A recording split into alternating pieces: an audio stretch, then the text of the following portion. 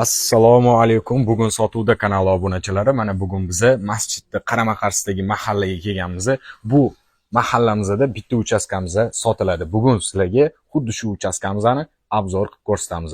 Xo'p, bismillah deb boshlaymiz. Mana bu yoqda отдельно xonalari bor ekan. Bu xonalari mana bitta xona, ichkarida sanuzellar joylashgan. Kelinglar ko'rsataman. Ozgina bu yoq hali remont qilinmagan. Hop, bu yoqda sanuzellar joylashgan. Bu yoqda oshxonalar bor ekan, mini oshxona. Xohlasanglar devorni buzib bu yoqqa o'tkazsanglar ham bo'lar ekan. Hop, endi bu yoqqa qaraydigan bo'lsak, mana ko'rishinglar mumkin. Oshxona yangi mebellari bilan.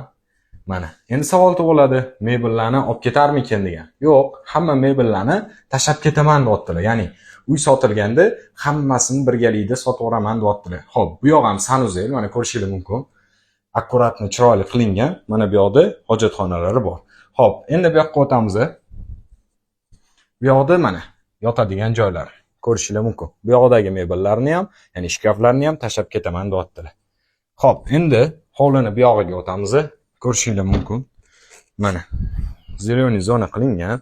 Akkuratni qilib, chiroyli qilib qo'yishgan. Bu yoqqa mana shunaqa stollarni qo'yib, tashqarida o'tirsanglar ham bo'ladi. Hop, bu yoqda mehmonxonamiz joylashgan. Mana mehmonxonamizda yana shkaflari bor. Bularni ham tashab ketaman deyaptilar. Bu mehmonxona nargilariga qaraganda, demak, kichik, kattaroq, to'g'rirog'i kattaroq ekan. Hop. Mana ko'rishinglar mumkin. Devori shu yoqdan joylashgan. Yerimiz ancha keng. Hop, kimga qiziq bo'ladigan bo'lsa, kommentariyada plus qoldiringlar yoki pastdagi raqamlarga bog'lanishinglar mumkin.